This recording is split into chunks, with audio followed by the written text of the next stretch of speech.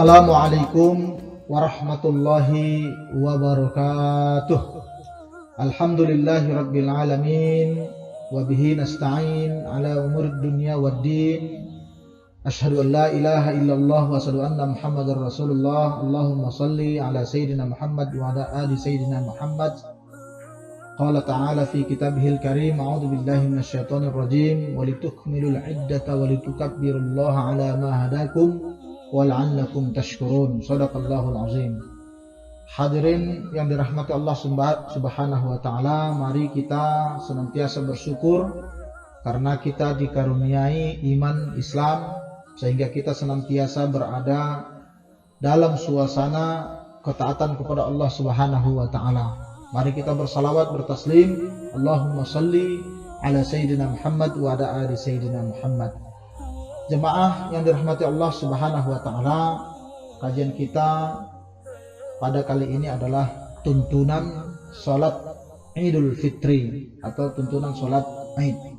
Kita mengetahui bahwasanya salat Id adalah sesuatu yang disyariatkan dan ketentuan derajat syariat itu adalah sunnah muakkadah, diwajibkan pada tahun pertama Hijriah dan senantiasa dilaksanakan Rasulullah, artinya tidak pernah ditinggalkan di dalam hidupnya, dan disunnahkan dalam pelaksanaan sholat Id tersebut baik dia laki-laki perempuan untuk keluar rumah. Kemudian ada beberapa pembahasan dan tuntunan-tuntunan bagi kita dalam pelaksanaan sholat Idul Fitri tersebut. Mudah-mudahan tuntunan-tuntunan ini mampu menjadikan kita sebagai umat Islam yang menjalankan syariat sesuai dengan tuntunan yang dicontohkan oleh Rasulullah SAW. Dan adapun tuntunan-tuntunan sholat Idul Fitri atau sholat Id itu, yang pertama adalah di sini kita membahas apa yang termaktub dalam kitab fikih sunnah karangan Said Hawa. Yang pertama adalah istihbabul ghusli wat tatayyib, bahwasanya orang-orang yang akan pergi salat Idul Fitri itu disunnahkan untuk mandi terlebih dahulu. Tentunya bagi orang yang tidak memiliki kewajiban mandi. Wat tatayyib, kemudian memakai hal-hal yang menyejukkan diri seperti wewangian, parfum dan sebagainya. Kemudian memakai pakaian terindah, tercantik ketika akan pergi ke masjid. Dan inilah yang dicontohkan oleh Rasulullah SAW dalam sebuah hadisnya, bahwa Rasulullah SAW memerintahkan kami, amarana Rasulullah SAW fil aidain. Rasulullah memerintahkan kami dalam pelaksanaan salat Idul Fitri, dua Id, yaitu Idul Adha dan Idul Fitri, annal bisa ajwad ma najidu, untuk memakai pakaian yang tercantik di antara pakaian-pakaian kami. Tentunya ini senada dengan apa yang difirmankan Allah, khuzu zinatakum inda kulli masjid, bahwa pakailah pakaian tercantik kalian setiap kali kalian ingin memasuki masjid. Maka kita sebagai umat Islam, bahwa ketika akan melaksanakan sholat Idul Fitri atau Idul Adha, maka sesuatu yang seharusnya kita lakukan adalah mandi terlebih dahulu, memakai wewangian, kemudian memakai pakaian yang terbaik. Kemudian yang kedua yang harus kita lakukan adalah al-aklu qabla al-khuruj fil fitri, makan sebelum pergi sholat Idul Fitri. Ini berbeda dengan Idul Adha. Nah, kalau Idul Adha makannya setelah sholat. Idul Fitri itu makannya sebelum pergi keluar. Pergi keluar dalam artian sebelum kita keluar rumah untuk sholat Idul Fitri, maka kita dianjurkan untuk makan terlebih dahulu. Ya, setidaknya memakan beberapa buah-buahan. Ada yang kalau kebiasaan Rasulullah itu memakan buah kurma dalam hitungan ganjil. Tapi mungkin kita sebagai masyarakat yang tinggal di NKRI, jika kesulitan untuk mendapatkan itu, tentunya pergunakanlah makanan-makanan yang lain. Bisa kita makan buah atau bisa kita makan masakan yang kita masak tadi malam untuk disantap di pagi hari. Intinya sebelum kita pergi ke sholat Idul Fitri maka disunnahkan untuk memakan sekedarnya saja. Hadirin yang dirahmati Allah Subhanahu wa taala. Kemudian yang ketiga, bahwa yang disunnahkan bagi kita dalam pelaksanaan sholat Idul Fitri tersebut adalah al-khuruji ilal musalla, keluar ke tempat sholat. Artinya musalla di sini diartikan tempat sholat dalam bentuk ruangan terbuka. Kita mengetahui bahwa kullu ardin masajid, setiap bumi ini dianggap sebagai masjid, sebagai tempat sholat. Nah, ketika pelaksanaan sholat Idul Fitri, maka yang disunnahkan, yang pernah dilakukan Rasulullah Shallallahu Alaihi Wasallam adalah al-khuruj ilal musalla, keluar ke tempat sholat, tidak ke masjid di sini disebut. Kita keluar ke tempat sholat dalam artian lapangan yang terbuka, dan itulah yang dilakukan oleh Rasulullah. Walaupun prakteknya pernah sholat di masjid karena ada udur di sana.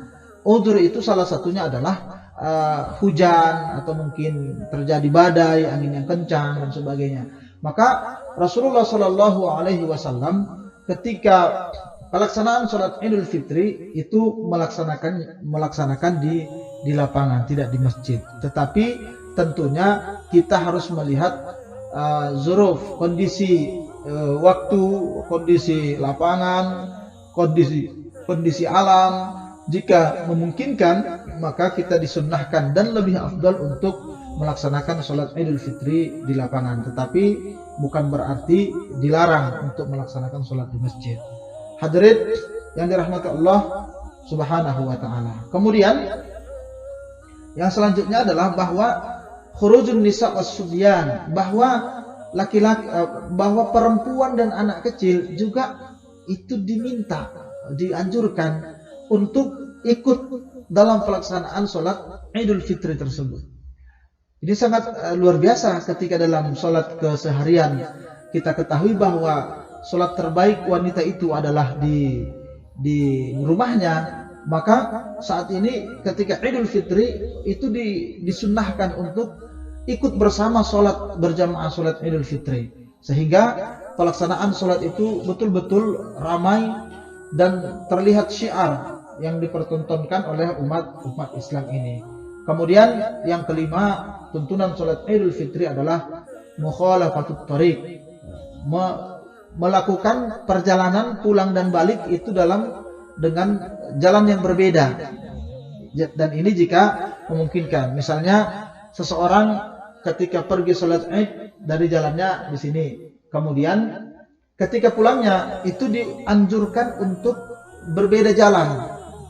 Tentunya kalau jalannya memungkinkan untuk dilalui. Tapi kalau tidak memungkinkan, silakan kita menjalani jalan yang itu saja. Tetapi sedaya mungkin tanpa ada sesuatu yang menyusahkan bagi kita, upayakan agar supaya sholat Idul Fitri pergi dan pulangnya itu dengan jalan yang ada perbedaannya. Kemudian selanjutnya bahwa tentang tuntunan sholat Idul Fitri adalah tentang bagaimana tentang adzan dan iqamah, bahwa di dalam pelaksanaan sholat Idul Fitri adzan dan iqamah itu tidak digunakan.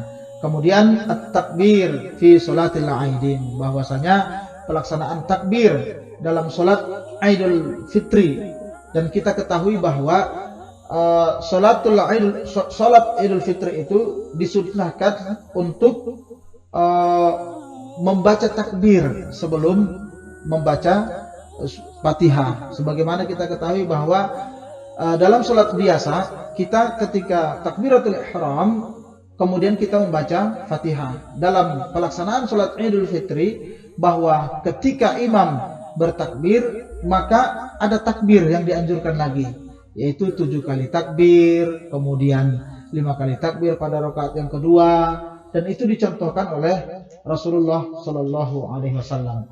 Hadirin yang dirahmati Allah Subhanahu wa taala. Jadi pelaksanaan sholat Idul Fitri tersebut tentunya dengan menggunakan khutbah setelah pelaksanaan sholat Idul Fitri. Berbeda dengan sholat Jumat khutbah sebelum sholat Idul Fitri pelaksanaannya setelah sholat kemudian berkhutbah.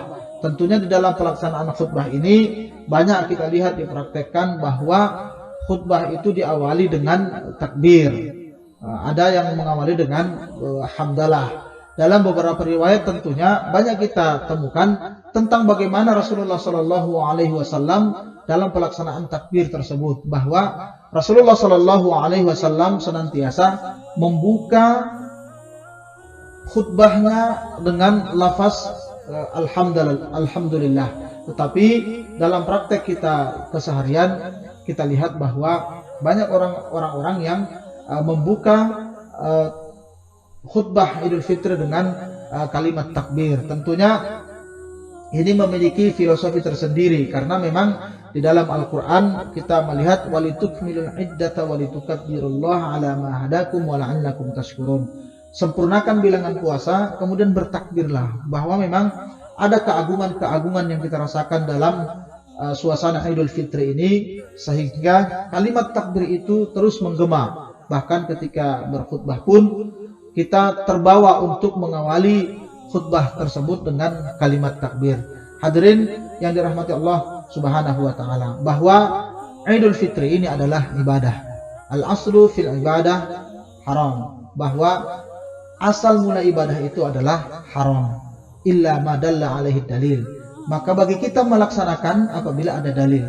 Maka dalam ibadah Idul Fitri ini mari kita kembali kepada apa yang dicontohkan oleh Rasulullah SAW. Mudah-mudahan bisa memberikan kepada kita bimbingan untuk mendapat keridhaan Allah Subhanahu wa taala. Assalamualaikum warahmatullahi wabarakatuh.